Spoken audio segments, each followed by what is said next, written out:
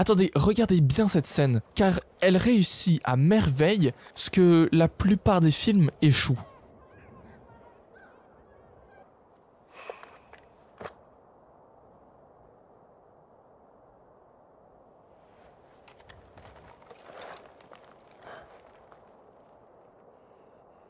Il n'y a eu aucun dialogue et pourtant en 30 secondes, on a appris tellement de choses. Déjà là, il regarde avec ses jumelles un groupe d'enfants au loin. Il a donc envie de les rejoindre, mais ne peut pas. On comprend qu'il se sent seul. Ensuite ici, un bruit derrière lui et il se retourne apeuré. On comprend qu'il ne devrait pas être là et que c'est potentiellement dangereux. Ici, on se concentre plus sur la mise en scène que sur les dialogues. Cette scène ne raconte pas, elle montre. Elle utilise le silence admirablement bien. Alors pourquoi le silence est-il si important dans les films? Quelles sont les différentes manières d'utiliser ces silences? Si vous le voulez bien, explorons ensemble toutes ces questions pour comprendre comment utiliser la puissance des silences pour raconter des histoires.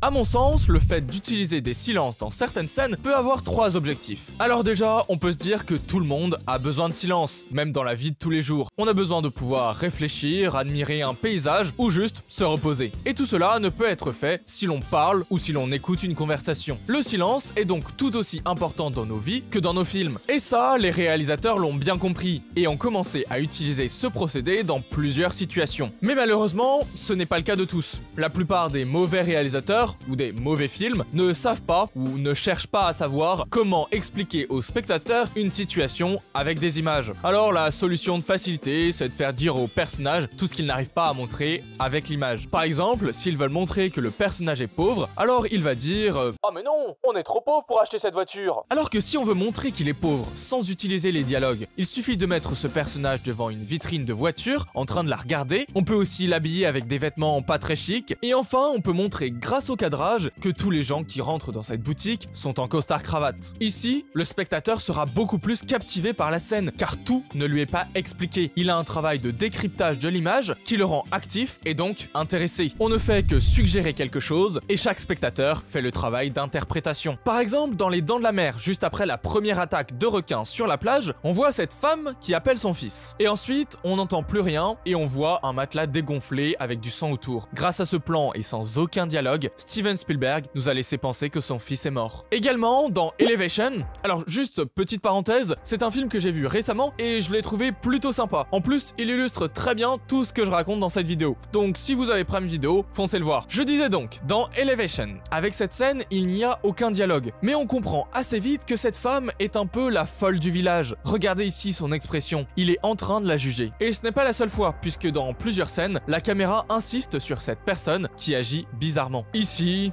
ou encore là. Ensuite, on peut utiliser des silences comme dans 1917. Ici, on a suivi ce personnage pendant tout le film, il est passé par toutes les émotions, il a survécu à beaucoup de choses, et enfin, il a accompli sa mission et on le voit maintenant s'asseoir sous cet arbre. Il regarde des photos, on imagine que ce sont ses proches, qu'il n'a pas vus depuis longtemps à cause de la guerre. On ressent alors tout ce à quoi il pense, son soulagement. Alors ici, ce n'est pas totalement silencieux puisqu'une musique vient accompagner ce passage, mais aucun dialogue n'est nécessaire. Juste des plans bien choisi et une mise en scène travaillée. On peut donc voir que le silence, ou plutôt l'absence de dialogue, permet de retranscrire les émotions du personnage. Autre scène, autre ambiance, mais même objectif. Dans Jurassic Park, cette scène mythique de la découverte des dinosaures utilise le même procédé. Ici, pas besoin de parler. Alan Grant tourne simplement la tête d'Ellie Sattler. On voit bien à leur expression que quelque chose se passe d'important devant leurs yeux. Quelque chose qui reste hors champ d'ailleurs. Il y a dans ce film un gros travail sur tout ce qui n'est pas visible à l'image. Ce sera sûrement l'occasion d'en faire une vidéo dédiée. D'ailleurs, n'hésitez pas à me le dire en commentaire si ça vous intéresse. Ici, clairement, on comprend leur émotion face à la découverte des dinosaures. Enfin, voyons la dernière utilisation des silences qui est largement utilisée dans les films. On la retrouve encore dans Jurassic Park dans deux scènes. D'abord, celle de la découverte de l'enclos du T-Rex. Les personnages ne parlent que très peu puisque le but ici, c'est de montrer la dangerosité de l'endroit. On voit ces immenses barrières alors qu'avant elles étaient plus petites, voire même inexistantes. On remarque aussi le très haut voltage. Tout cela suggère au spectateur que ce qui est derrière doit être très grand et très dangereux. En créant une scène sans bruit, Spielberg explique donc au spectateur que cette scène est importante. Et pour cause, ici, on a la scène où le T-Rex sort de sa cage.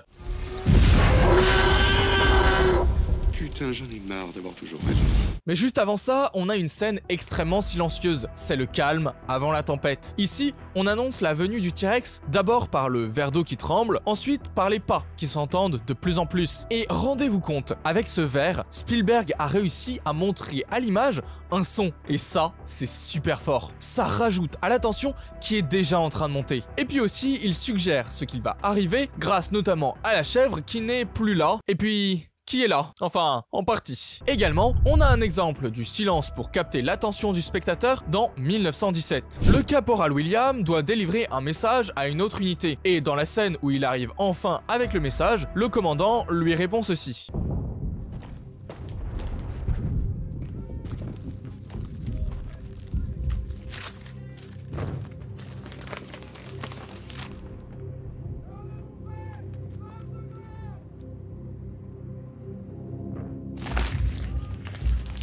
Commandant, Oui, mon colonel.